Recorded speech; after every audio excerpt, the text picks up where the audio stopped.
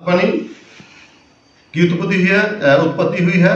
तम से ही जल की उत्पत्ति हुई और जल से काल की, काल ने सूर्य तथा चंद्रमा पैदा किए, स्वर्ग और पृथ्वी, अंतरिक्ष और प्रकाश तथा दिन और रातों का विधान हुआ। ये कौन कह रहा है? बुद्ध के टाइम जो ऋषि है जिसका नाम क्या है? अदम। ठीक है। हाँ, अब आ गया दूसरा, ये इसका है। अब दूसरा क्या ज्यादा विश्वास था, क्या कहता था? अब है प्रजापति। यहाँ पे इसने ब्रह्मस्पति लिखा है, ये है बृहस्पति, ये थर्ड। बृहस्पति की अवधारणा थी कि सृष्टि की उत्पत्ति असत से सत्य के रूप में आई है। असत से, आप देखो ये असत और सत्य, सत्य को मैं सच समझता हूं, असत झूठ होना चाहिए, है ना? तो अब इसका सबको हिंदी पता नहीं है। बृहस्पति की अवधारणा थी कि सृष्टि की उत्पत्ति असत से सत्य के रूप में आई, असत से कदाचित उसका आशय अनंत से था, सत्य मूल रूप से असत से ही उत्पन्न हुआ, असत ही सभी सत्य, सभी संभव असत का स्थायी मूलाधार है। अब ये इसका ये विचार कोई है ना, कंफ्यूजन है ना कितना? अब कोई बंदा कहेगा आप क्या पढ़ रहे हो भाई? ये क्या है कि बुद्ध के टाइम में बृहस्पति की अवधारणा थी कि सृष्टि की उत्पत्ति असत से सत्य रूप में आई, कि ये जो सृष्टि है ये जो असत था, जो लोगों को पता नहीं था, कुछ भी नहीं था, उससे सत्य के रूप में आए। सच क्या है वो सामने आया। असत से कदाचित, देखो अभी हिंदी है, इसके लफ्ज आपको हो गए, मुझे भी पता नहीं, आप समझो टोटली। असत से कदाचित उसका आशय अनंत से था, मतलब आशय में मतलब अनंत से था। अनंत से क्या? इसका कोई अंत नहीं, लिमिटलेस। ठीक है, इनफिनाइट। ठीक है।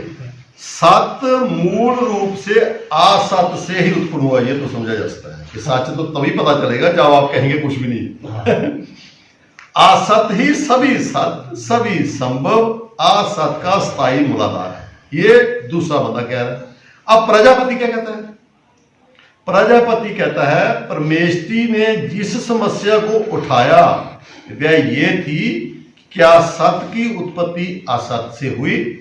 उसका मत था कि यह प्रश्न प्रासंगिक नहीं है, जिसका विषय से कोई संबंध नहीं है। उसके मत के अनुसार, प्रजापति के मत के अनुसार, समस्त जगत का मूलाधार जल है। एक के मुताबिक गर्मी है, दूसरे के मुताबिक पानी, और तीसरे के मुताबिक असत से, बहुत सारी चीजों से। ये सत्य है जो प्रकाश का मतलब। अच्छा चलो, हाँ प्लीज सुन, देखो कितना कंफ्यूजिंग। अच्छा, जिसका विषय से कोई संबंध नहीं है, उसके मत के अनुसार समस्त जगत का मूलाधार जल है। उसकी दृष्टि में मूल तत्व जल है, कि पानी से सब कुछ हुआ है, जो ना सत्य के अंतर्गत आता है ना असत्य के। कंफ्यूजन है, आप पढ़ते हैं फिलहाल, है ना, तो जानने की कोशिश करते हैं। परमेष्टि ने जड़ तत्व और चेतन को लेकर कोई विभाजक रेखा नहीं खींची। उनके मत के अनुसार किसी निहित तत्व के ही कारण जल भिन्न भिन्न वस्तुओं का आकार ग्रहण करता है। उसने इस विश्वव्यापी इच्छा शक्ति को कर्म नाम दिया। ठीक है। अब उसके बाद एक और है, अब अनिल नाम का एक दूसरा वैदिक दार्शनिक था, है ना, अनिल स्मिथ। अनिल, हाँ। उसके विचार में वायु एक तपश, एक जल, एक कह रहा है कि मल्टी किस्म की अनएंडिंग चीजें हैं, तो उसमें से कुछ सच्चाई मिलती है। अब तीसरा कह रहा है कि उसके विचार में वायु ही मुख्य तत्व है, इसमें गतिशीलता के लिए अंतर्निहित क्षमता है, ये उत्पादन के मूल तत्व में संपन्न है। ये जो वायु है इसमें बहुत ज्यादा ताकत है, और ये उत्पादन के मूल में, उत्पादन है कोई चीज प्रोड्यूस होना, उसके प्रोड्यूस होने में इसका जो जो जो इसकी ताकत है, जो इसमें है, वो मूल कारण है। ठीक है। अब दीर्घतमा एक दूसरा का मत था कि समस्त जीवित प्राणी, जितने भी जीवित प्राणी हैं, अंतर सूर्य पर निर्भर रहते हैं। सूर्य बीच में आ गया, सूर्य थामा गया है। ये कौन कहता है? दीर्घतमा कहता है सूर्य को थामा गया है और अपनी अंतर्निहित शक्ति से आगे पीछे धकेला जाता है। जो ग्रेविटी है ना, उसको मूव करने की, वो कहता है कि ये सूर्य थामा गया है और अपनी अंतर्निहित शक्ति से आगे पीछे धकेला जाता है। अब इसको कौन धकेलता है? तो ना पता, साइंस बताती है। सूर्य किसी भूरी शक्ल के पदार्थ से बना है। वैसे ही विद्युत, बिजली है ना, विद्युत बिजली या पानी होता है, वैसे ही विद्युत तथा अग्नि भी निर्मित है। सूर्य, विद्युत और अग्नि से ही जल का बीजाकूर बनता है और जल पौधों का बीजाकूर बनाता है। दीर्घतमा का ऐसा मत था। अब नारायण के मत के अनुसार पुरुष मतलब ईश्वर एक और पंथ है उस जमाने का। देखो बुद्धा सबकी बात बता रहा है, वो बताएगा तो फिर अपनी निकलेगी ना। हाँ, सच्चाई तक वो सबको ऐसे मान नहीं ना रहा है। अब हम तो सबको मान लेते हैं, प्रॉब्लम यहाँ आती है। तो इसलिए बुद्ध पर जब हम आ जाते हैं तो पीछे वाले किंतु परंतु जो है वो खत्म हो जाने चाहिए, क्योंकि बुद्ध ने सब कुछ पढ़ लिया, जैसे बाबा साहब ने सब कुछ पढ़ लिया। नारायण के मत के अनुसार ईश्वर ही जगत का आदि कारण है। या ये बहुत सारे बोला, ईश्वर से ही सूर्य, चंद्रमा, पृथ्वी, जल, अग्नि, वायु, अंतरिक्ष, आकाश, क्षेत्र, ऋतुएं, वायु के जीव, सभी पशु, सभी वर्गों के मनुष्य तथा सभी मानवीय संस्थाओं की उत्पत्ति ये ईश्वर अखाए ने बढ़ाया था। जिन्हें वर्ग बनाए, जाता बनाई, सूर्य, चंद्र, वायु, ये सारा जिन्हें संत मंत्र ने जिन्हें प्रचार है वो इधर जाता होगा। वो नारायण गुरु आखते भी है। अच्छा, सिद्धांत की दृष्टि से हिरण्यगर्भ, ये दूसरा जो उसको का ऋषि है, तो परमेष्टि और नारायण के बीच के मत का था। हिरण्यगर्भ का अर्थ है स्वर्ण बीजाकूर। यही विश्व का वह महान शक्ति है जिसमें से दूसरे सभी पार्थिव तथा दिव्य शक्तियों तथा अस्तित्व की उत्पत्ति होती है। ये कोई बीच में सेंटर में जो उन दोनों का लेता था थोड़ा।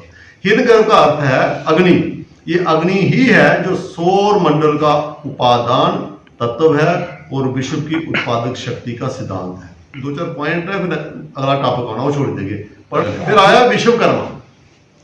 ठीक है, विश्वकर्मा के मत के अनुसार ऐसा मानना अपर्याप्त और असंतोषजनक है कि जल ही सभी वस्तुओं के आदि मूल में है और जल ही से समस्त संसार की उत्पत्ति हुई है। विश्वकर्मा था जल का नहीं होगा और इससे ही इसे गतिमान होने की अंतर्निहित शक्ति मिली।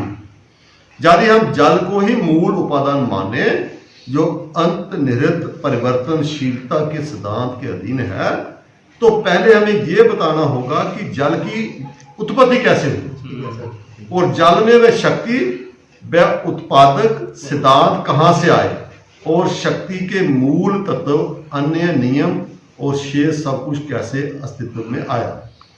तो ये जो विश्वकर्मा जी हैं वो जल को मेन स्रोत नहीं मानते। कहते जल को अगर आप मेन मानते हो तो जल की उत्पत्ति कहां से हुई, पानी कहां से आया, पानी का पता चलेगा स्रोत, तो फिर पानी में शक्ति कितनी है उसके ऊपर हम बात कर सकते हैं। ये सिर्फ जल के ऊपर नहीं मानते हैं। विश्वकर्मा का मत था, ये भी उधर ही आ रहा है जो नारायण आ रहा है ना, विश्वकर्मा जी उधर पहुंचे।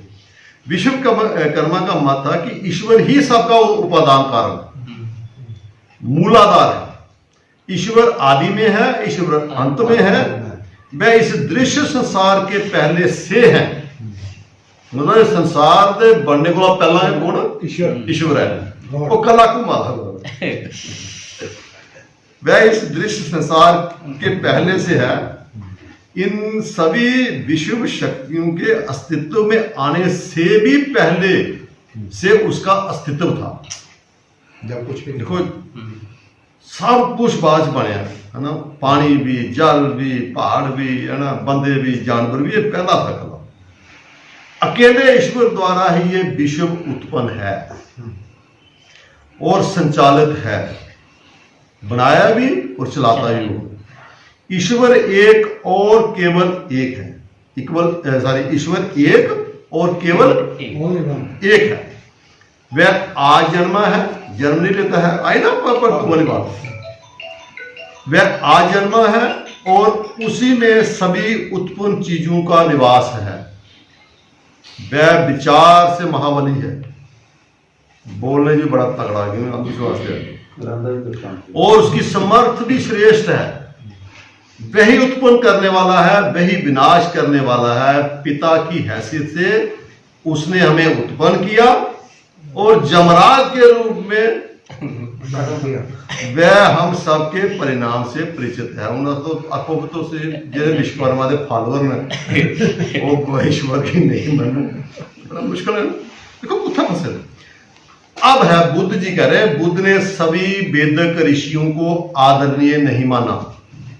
उन्होंने केवल 10 वेदक ऋषियों जो ऊपर हमने गिने हैं, उन्होंने केवल 10 वेदक ऋषियों को सर्वाधिक प्राचीन तथा मुख्य मंत्र रचयिता माना। बुद्ध ने कहा ये प्राचीन है, मेरे वक्त के पहले हैं, जो उस दौरान में हैं। बस यही है कि ये हैं उस वक्त के जब मैं था। बाकी कोई इनको आदरणीय या इनको बड़ा मानना वो कोई बात नहीं है। ये मुख्य मंत्र रचयिता, ये जो मंत्र है ना, उनके रचयिता है। लेकिन उन मंत्रों में उन्हें ऐसा कुछ भी नहीं दिखा जो मानव के नैतिक उत्थान में सहायक हो। ये जो हमने ऊपर बातें पढ़ी, बुद्ध जी कह रहे हैं कि इसे मानव कल्याण की कोई बात हमें नजर आती है, वो नहीं है। क्या है? संसार कैसे उत्पन्न हुआ, संसार को कौन चलाता है ना, ये जल कहां से आया, ये ताप कहां से आया, ये मतलब ये बातें हैं। लेकिन इससे इंसान को क्या फायदा होगा, जीवन को कैसे अच्छा बनाया जाए, उसके ऊपर कोई चर्चा नहीं। बुद्ध की दृष्टि में वेद मरुभूमि, श्यामलाल कुंडल और भी यूज कर रहे हैं। बुद्ध की दृष्टि में वेद मरुभूमि के समान बेकार थे। मरुभूमि तो है ऐसी जगह जितना मुर्दे ही दबे जगह, जो पर कोई खेती बाड़ी नहीं, जहां कुछ नहीं होता। हाँ, कुछ नहीं होता। हम लेकर राजस्थान में नहीं जाए, हम इधर ही रहे कि मरुभूमि वो है जहां कुछ लोग उगाते नहीं है, कुछ नहीं है, या तो मुर्दे जलाते हैं शमशान का, तो जो कब्रिस्तान। ठीक है, अच्छा। इसलिए बुद्ध ने, हम लास्ट में आ रहे हैं, इसलिए बुद्ध ने वेद मंत्रों का बहिष्कार किया और उन्हें इस योग्य नहीं समझा कि उनसे कुछ सीखा या ग्रहण किया जा सकता है। इसी प्रकार बुद्ध को वेदक ऋषियों के दर्शन में भी कोई सार दिखाई नहीं दिया। अच्छा टीचर वही होता है जो बच्चे को एग्जाम्पल दे दे, सबूत दे दे के समझाए। अब बुद्ध ने हम सबूत दे दिए ना, तो बुद्ध कह रहा है मैं अली कोई भी सहमत नहीं है, कोई कुछ नहीं। इसी प्रकार बुद्ध को वेदक ऋषियों के दर्शन में भी कोई सार दिखाई नहीं दिया। सत्य की खोज में थे किंतु वे सत्य तक पहुंच नहीं पाए। खोज कर रहे थे लेकिन अंधविश्वासी शुरू। उनके सिद्धांत केवल मनोकल्पना की उड़ाने थी, जो ना ही तर्क और ना ही यथार्थता पर आधारित थे। दर्शन के क्षेत्र में उनके योगदान में किसी भी सामाजिक मूल्यों की उत्पत्ति नहीं की। इसलिए उन्होंने वेदिक ऋषियों के दर्शन को बेकार, इसलिए उन्होंने वेदिक ऋषियों के दर्शन को बेकार जानकर उन्हें अस्वीकार कर दिया। सही, ठीक है। ये है आज का चैप्टर। इससे एक बात जो है यो फॉर एवर के लिए कंक्लूड करनी चाहिए, वो ये है कि बुद्ध ने जो हमें सारांश में जो चीजें दी, उन्होंने उस जमाने के ऋषियों से सब कुछ सुन के, जान के, क्वेश्चन पूछ के, तो बुद्ध ने जो हमें बताया उसने अपने से बताने के पहले लोगों से पूछा। जो ऋषि मुनि थे उनसे चर्चा हुई, उनके जो उनकी रिसर्च वर्क था उसको जाना, लोगों के सामने रखा, फिर कहा ये इससे मानवता को क्या फायदा। तो बुद्ध जो है ही is worried about the welfare of the human being and animals, everybody who is living on the earth or under the earth. तो ये इसमें बाबा साहब ने बुद्धा एंड धम्मा लिखने का, जब बुद्ध धर्म को जो अडॉप्ट करने का जो था, उसमें सामाजिक यही बातें ज़्यादा है, लेकिन उसमें थोड़ा जैसा एलिमेंट जो है वो कल्चर का भी है। आप सामाजिक परिवर्तन तब करोगे जब आपका बिखराव जो है वो चाहे वर्णों की वजह से हो चाहे जातों की वजह से हो, उस बिखराव को रोकने के लिए आपको दम धर्म चाहिए। दम और धर्म होगा तो यूनिटी आएगी, फिर आप क्रांति की तरफ जाओगे। आप क्रांति के बारे में तब तक नहीं सोच सकते जब तक आप एक नहीं हो। तो एक तो हम है नहीं, जातों की वजह से, धर्मों की वजह से एक तो है नहीं। यहाँ बाबा साहब क्रांति करना चाहते हैं, लेकिन कल्चर को कल्चरली लोगों को यूनाइट करके। इसलिए बुद्ध विहार जो है हम आप सब लोगों को यहाँ पे इसलिए दावत देते हैं कि आप भी पढ़ो, स्टडी करो, कोई नई चीज़ बताओ, उसके बाद समाज में आगे हम काम करें। आप लोग यहाँ पे आए, आपका बहुत बहुत धन्यवाद।